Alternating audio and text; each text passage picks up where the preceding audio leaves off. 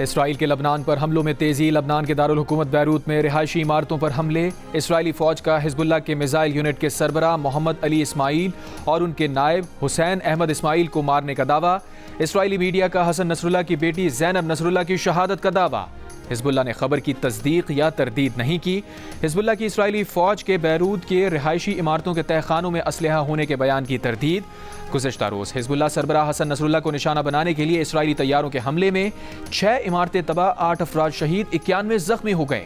حزب اللہ ذرائع کے مطابق حسن نصراللہ محفوظ ہیں۔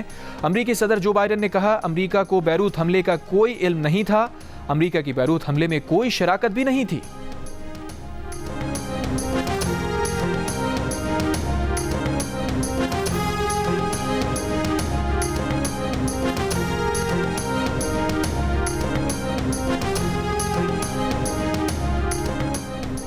حزب اللہ کی طرف سے بھی اسرائیل پر حملے جاری، رات گئے اسرائیل پر 65 راکٹ فائر، کئی مقامات پر آگ لگ گئی۔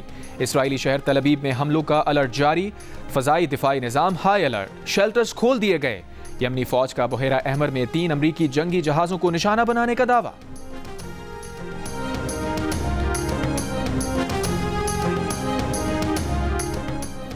اسرائیل معصوم فلسطینیوں کی باضابطہ نسل کشی کر رہا ہے، اسرائیلی خونریزی فوری بند کی جائے، صرف مذمتیں کافی نہیں۔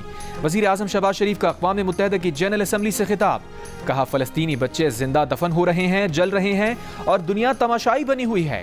اسرائیلی بمباری نے لبنان میں بھی 500 افراد کو قتل کر دیا، پائیدار امن کے لیے 2 ریاستی حل پر کام کیا جائے۔ فلسطین کی طرح کشمیری عوام بھی 1 صدی سے جدوجہد کر رہے ہیں۔ بھارتی قیادت نے اکثر لائن آف کنٹرول پار کر کے آزاد کشمیر پر قبضے کی دھمکی دی، کہا واضح کرتے ہیں پاکستان کسی بھی بھارتی جارحیت کا فیصلہ کن جواب دے گا۔ افغان عبوری حکومت سے دہشت گرد گروپوں کے خاتمے کا مطالبہ، وزیر اعظم شہباز شریف لندن پہنچ گئے، 3 سے 4 روز قیام کا امکان۔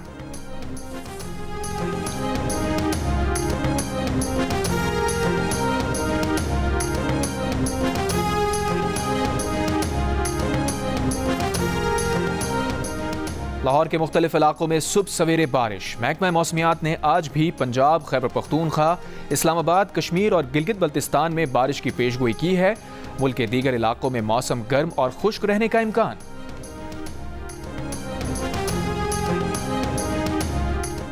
وزیر دفاع خواجہ آصف نے کہا ہے کہ عدلیہ اور پارلیمنٹ میں ڈیڈ لاک ختم نہ ہوا تو اس کا نتیجہ آئینی میلٹ ڈاؤن ہو سکتا ہے۔ پروگرام آج شاہ زیب خانزادہ کے ساتھ میں خواجہ آصف نے پی ٹی آئی کے اسٹیبلشمنٹ کے ساتھ مذاکرات کے امکان کو مسترد کر دیا، کہا پی ٹی آئی کے جب بھی مذاکرات ہوں گے سیاسی برادری کے ساتھ ہوں گے، ویسے مذاکرات کا امکان نظر نہیں آتا۔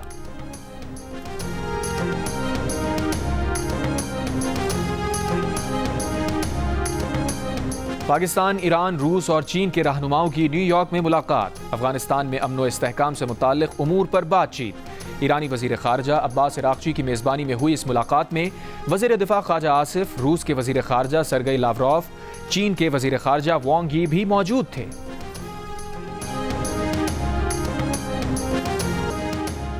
وزیر اعلیٰ خیبر پختونخوا علی امین گنڈاپور نے کہا ہے کہ ہمارا مطالبہ ہے کہ فارم 45 سامنے لائے جائیں یا دوبارہ انتخابات کرائے جائیں۔ Council of Pakistan news papers editors کے وفد سے ملاقات، کہا افغانستان کے ساتھ خراب تعلقات کی وجہ سے خیبر پختونخوا سب سے زیادہ متاثر ہو رہا ہے۔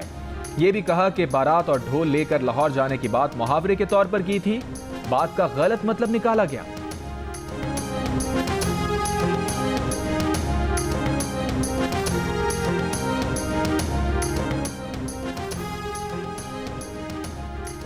حکومت مولانا فضل الرحمان کو چھوڑ کر آئینی ترمیم کے لیے ارکان پورے کر بھی لے تو درست نہ ہوگا۔